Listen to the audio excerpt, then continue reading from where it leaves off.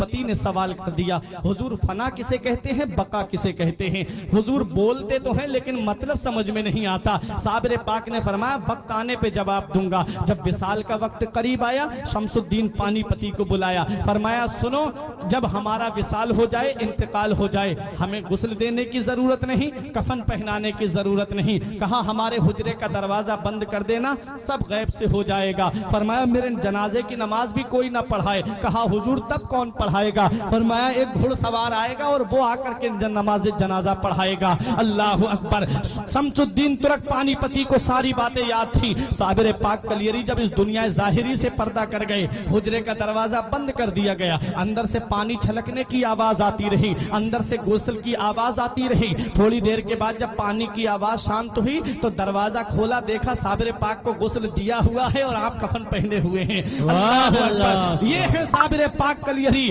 اب اس کا انتظار ہو رہا ہے جو نماز جنازہ پڑھائے گا۔ بڑے بڑے اولیاء لائن میں لگے ہوئے ہیں، بڑے بڑے اولیاء صف میں لگے ہوئے ہیں، اپنے وقت کے جید علماء صف میں لگے ہوئے ہیں، مریدین صف میں باندھے کھڑے ہوئے ہیں۔ شمس الدین پانی پتی سے کسی نے کہا ارے نماز جنازہ تو شمس الدین پانی پتی ہی پڑھائیں گے، کیونکہ صبح بھی صابر پاک کے ساتھ میں رہی، دوپہر کو بھی صابر پاک کے ساتھ میں رہی، شام کو بھی صابر پاک کے ساتھ میں رہی، خلوت میں صابر پاک کے ساتھ ہیں، جلوت میں صابر پاک کے ساتھ ہیں، سفر میں صابر پاک کے ساتھ ہیں، حجر میں صابر پاک کے ساتھ ہیں، ہر وقت صابر پاک کے ساتھ جو رہے، جسے صابر پاک بڑی محبت فرمائے، اسے شمس الدین ترک پانی پتی کہتے ہیں۔ کہا یہی تو نماز جنازہ پڑھائیں گے؟ تب شمس الدین پانی پتی نے کہا میں نماز جنازہ نہیں پڑھاؤں گا، بلکہ میرے پیر کا یہ کہنا ہے کہ ایک گھڑ سوار آ کر کے میری نماز جنازہ پڑھائے گا۔ حضرات گرامی، اب انتظار ہو رہا ہے اس گھڑ سوار کا۔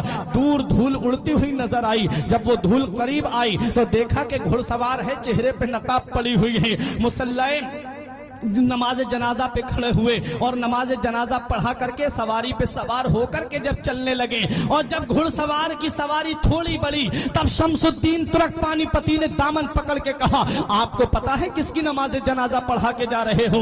یہ وہ اللہ کا ولی ہے جس کی شان ساری دنیا میں مشہور ہے، یہ وہ اللہ کا محبوب بندہ ہے جس کا جلال ساری دنیا میں مشہور ہے۔ آپ جن کی نماز جنازہ پڑھا کے جا رہے ہو، یہ اللہ کا مقرب بندہ ہے، یہ اللہ کا نیک بندہ ہے، یہ اللہ کا ولی ہے۔ کل میرے صابر کی تاریخ لکھی جائے گی، کل میرے صابر کی ہسٹری لکھی جائے گی، کل میرے صابر کا اتہاس لکھا جائے گا، اور دنیا والے مجھ سے سوال کریں گے اے شمس الدین پانی پتی، صبح کو تم صابر پاک کے ساتھ میں تھے، دوپہر کو تم صابر پاک کے ساتھ میں تھے، شام کو تم صابر پاک کے ساتھ میں تھے، سفر میں تم ساتھ رہے، حجر میں تم ساتھ رہے، خلوت میں تم ساتھ رہے، جلوت میں تم ساتھ رہے، ہر وقت تم صابر پاک کے ساتھ میں تھے، ذرا بتاؤ صابر پاک کی نماز جنازہ کس نے پڑھائی تھی؟ حضور میں ان کو کیا جواب دوں گا؟ کل جب تاریخ لکھنے والے مجھ سے سوال کریں گے صابر پاک کی نماز جنازہ پڑھانے والے کا نام بتاؤ، جب اتہاس لکھنے والے مجھ سے پوچھیں گے صابر پاک کی نماز جنازہ پڑھانے والے کا نام بتاؤ،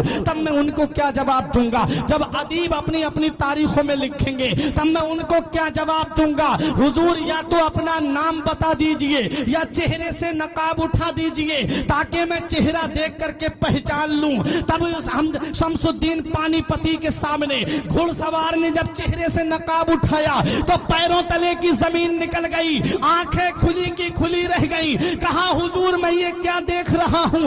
حضور چارپائی میں کون لیٹا ہے اور میری نگاہوں کے سامنے کون کھڑا ہے؟ تب میرے صابر کلیری نے جواب دیا اے شمس الدین تم بھول گئے، تم نے مجھ سے پوچھا تھا کہ فنا کسے کہتے ہیں اور بقا کسے کہتے ہیں؟ ارے تم نے مجھ سے پوچھا تھا کہ فنا اور بقا کسے کہتے ہیں؟ یہ جو چارپائی میں تم لیٹا ہوا دیکھ رہے ہو اسے فنا کہتے ہیں، اور جو صابر تمہارے سامنے کھڑا ہے اسے بقا کہتے ہیں۔ پتا چلا کہ جو چارپائی میں لیٹا ہے وہ روحانی روح کا جلوہ ہے، اور جو صابر کلیری سامنے کھڑے ہیں اسے روحانیت کہتے ہیں، اسے روحانیت کہتے ہیں۔ روح الگ ہوتی ہے، روحانیت الگ ہوتی ہے۔ جسے روحانیت کا مقام ملتا ہے وہ لوگوں کی امداد کرتا ہے، جسے روحانیت مل جاتی ہے وہ لوگوں کی مشکلیں دور کرتا ہے، جسے روحانیت مل جاتی ہے وہ جب جہاں ان کا چاہنے والا پکارتا ہے وہ وہاں پہنچ جاتے ہیں۔ تبھی تو میرے غوث نے فرمایا تھا نظر تو الی بلاد اللہ جمعہ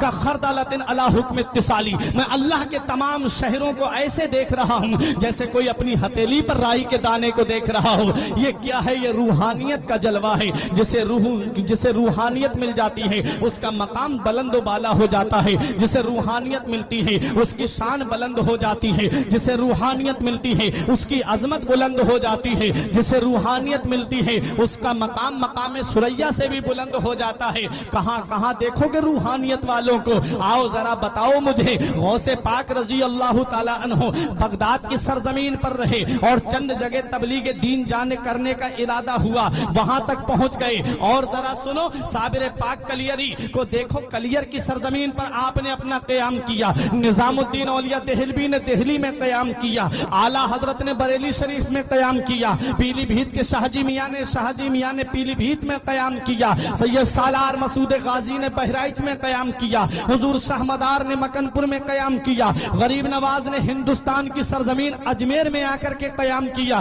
پورے ہندوستان میں تو نہیں گھومے تھے یہ اللہ کے ولی، غوث اعظم چند مقامات کے علاوہ پوری دنیا میں تو نہیں گئے تھے۔ صابر پاک کلیری کلیر اور اس کے چند مقامات کے علاوہ پورے ہندوستان میں تو نہیں گھومے تھے۔ نظام الدین اولیاء دہلوی دہلی اور چند مقامات کے علاوہ پورے ہندوستان کا تو سفر نہیں کیا تھا، لیکن پھر وجہ کیا ہے کہ آج پوری دنیا کے کونے کونے میں ان کا نام ہے، دنیا کے ہر گوشے میں ان شخصیتوں کا نام ہے۔